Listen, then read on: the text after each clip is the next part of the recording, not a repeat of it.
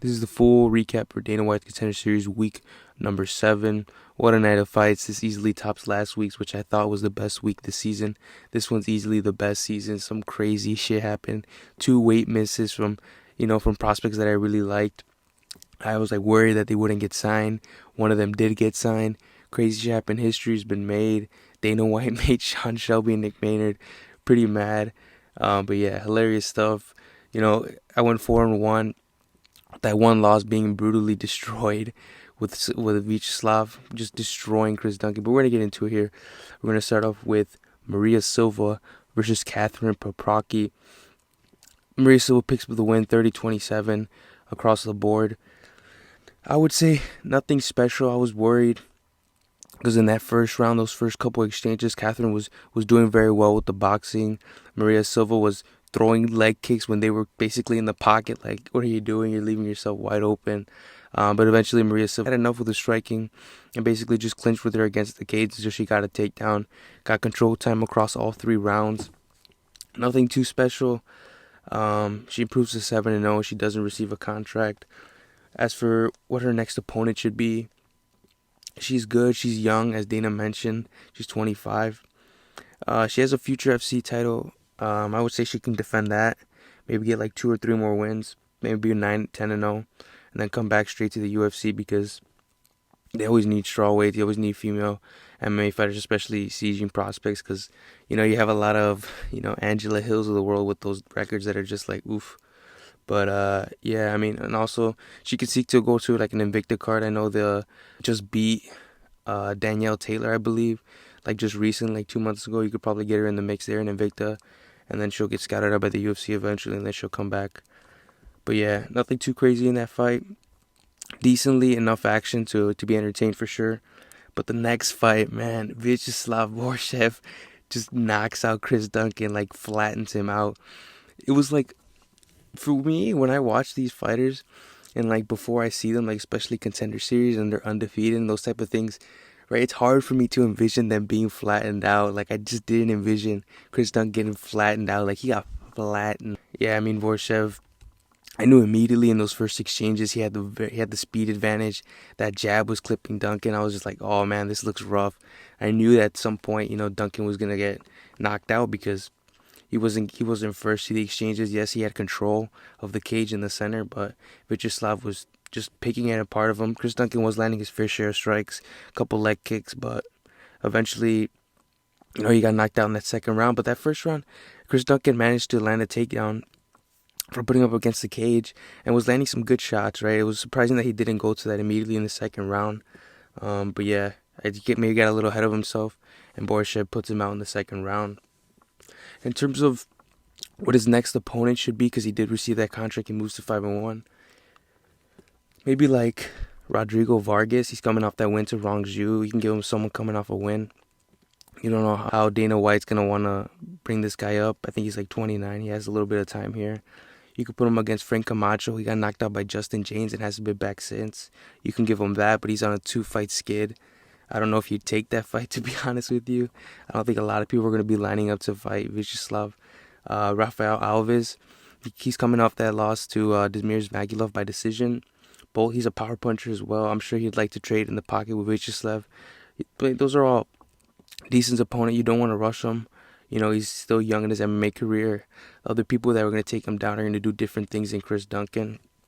And yeah, good win. Second round KO.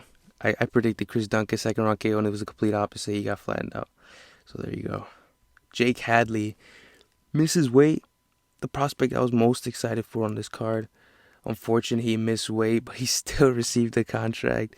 God bless. There's a lot of things going on. Apparently, he was being not the most respectful backstage, and he was getting a lot of bad rep for the week that he was there. I guess at the UFC Apex the UFC Performance Institute. I'm pretty sure like the Apex, not the Institute, but he got bad rep. I think what happened with saying about the weight cut is that the taxi driver, whoever the driver, didn't want to drive him because he was being disrespectful. Something like this was weird. You can't expect someone like Jake Hadley to be, a good guy, right? We can always have villains, but you got to be respectful, and he acknowledged that afterwards. But he gets the contract first time ever in Dana White's Contender Series. Dana mentioned how Sean Shelby and Nick Maynard were mad that he gave the contract. Them being matchmakers. I'm sure they're gonna try to get Hadley out of there, but I don't think so. But yeah, as terms of his next opponents, Bruno Silva's coming off a win. He's a good opponent if you want to bring him up immediately. Coming off that one, we get a lot of steam because Bruno Silva looks like an absolute monster as of late. Francisco Figueiredo's coming off that loss to Malcolm Gordon, surprisingly.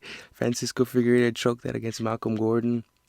Malcolm Gordon's already booked. We can't book him against Jake Hadley. And Victor Rodriguez, a lot of people talk about him. He moved down to flyweight after getting KO'd by Yanez and then got KO'd by Bruno Silva. He's a good opponent. I don't know what kind of relationship Jake Hadley's going to have with the UFC at this point. It's very interesting. He's got like that villain type vibe to him at this point. So yeah, I like that. But he did tear up, right? It was just a little unfortunate. But yeah, good win by Jake Hadley. And actually, before we do this, I'm just going to stroke my own cock here. Jake Hadley, I said, was going to get a second round rear naked choke because Mitch Raposo loves to give his back.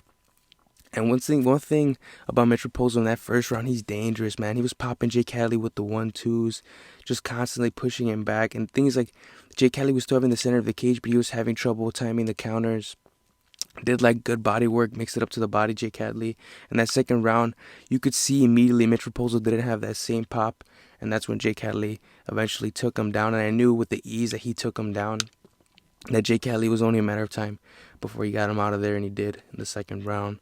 Rear naked choke. I'm going to stroke my cock again. I got that one right. But I'm going to take that L on the Chris Duncan, though. I'll take that L gracefully. Martin Buday defeats Lorenzo Hood via first round KO. What a weird fucking fight. So, Buday comes in a massive favorite. I think maybe closing -700, 800. And I was worried because Lorenzo Hood has power from recently, so I couldn't tell where he was at. I think the issue here in this matchup was just the better grappling from Martin Buday to be able to clinch him up against the cage and just control him without really issue, it seemed. Right? Buday got clipped really bad after attempting a single leg on Lorenzo Hood against the cage. Lorenzo Hood escapes from that single leg, and then Buday comes in recklessly trying to clinch again, and then Lorenzo Hood catches him with a straight. And then just rocks him and just flurries him until Buday managed to get himself back together and then got the clinch. And then eventually just stayed in that position, throwing knees to the thighs, knees to the body. And then for 3 minutes, literally 3 minutes, just enough to not have the ref stop. I think it was Mark Smith. But, eventually Buday got the knee up to the head, dropped Lorenzo Hood, and then it was over. 7 seconds left in that first round. Proves to 9-1, receives the contract. We like some heavyweight prospects, especially well-rounded ones. So, in terms of who you match him up with, it's weird, man. Maybe Chase Sherman's a good matchup for him. There's no, all the low-tier heavyweights are either booked or they're just in odd spots. Like Justin Tafa's coming off a loss, he's booked. It's just weird stuff. Maybe Alan Buday is a good one. He will entertain the striking. Although I do think Martin Buday will eventually just clinch him and then take him down to the ground and probably ground and pound or submit Buday. But he'll entertain the striking, so I think it's a good matchup right there. But yeah, good win. Receives the contract. We got some heavyweight prospect. We'll take it. Main event, Christian Rodriguez misses the variety that has, right? Reyes Cortez, Junior Cortez, whatever you want to call him. He's got a good pressure-heavy game. He likes to mix in his wrestling, but I think one thing that I noticed immediately was the game plan. I could tell Junior Cortez that he was probably going to have more success with the wrestling, and he had no answer to the 1 and 2s that Christian Rodriguez was landing across all 3 rounds. He was just picking him apart, hitting the body. Junior Cortez had good strikes. He was able to get some control time in that 3rd round, but it was just a bad game plan. I'm pretty sure that's all he had, really. Right, he was having a little bit of success. He was aiming for the body, Christian Rodriguez, but Rodriguez just had more variety. He was throwing elbows, knees on when Cortez would enter for those double legs. But yeah, Christian Rodriguez just picked him apart. Really just grinded him out. Really, Junior Cortez was just really going for takedowns that whole fight. That 3rd round was only going for takedowns. It was unfortunate to see. It just seemed like that's all he could do, right? He had no chance on the feet. It's unfortunate. I'm sure Junior Cortez will be back. But yeah, Christian Rodriguez just on a different level. Improves to 6-0. Still green, Christian Rodriguez. He missed the weight. I mean, that's kind of a sign, right? We see that here with with Jake Hadley, both not the most experienced fighters. Sure, Jake Hadley has experience in his amateur career, but you notice the weight misses in the fighters that are, 5-6-0, 7-0. So yeah, you'll know he'll learn, especially from this after not receiving a contract. So yeah, what's his next route? I think Christian Rodriguez, he fought for CFFC. He can go back there and try to contest for the title. Fury FC is having that looking for a fight in November. That's probably too fast of a turnaround for him. Yeah, maybe going to LFA and trying to get a couple wins there. I'm sure Christian Rodriguez will pick up 2 or 3 more wins and he'll find himself back in the UFC. I'm not sure if they'll bring him on for Contender again because he's proved himself already. So yeah, good win. Overall, good card. Went 4-1. I got destroyed with the Chris Duncan, but it is what it is. Viacheslav is an absolute monster. I can't wait to see him in the UFC. Silva picks up that unanimous decision win. Jake Hadley's in the UFC after some crazy emotions, bro. I was jittering that whole fight. And afterwards, I was screaming for him, bro. It's crazy that Dana White ended up giving a contract. Good for him. And yeah, Buday just finishing off Lorenzo Hood in that first round. Great night of fights.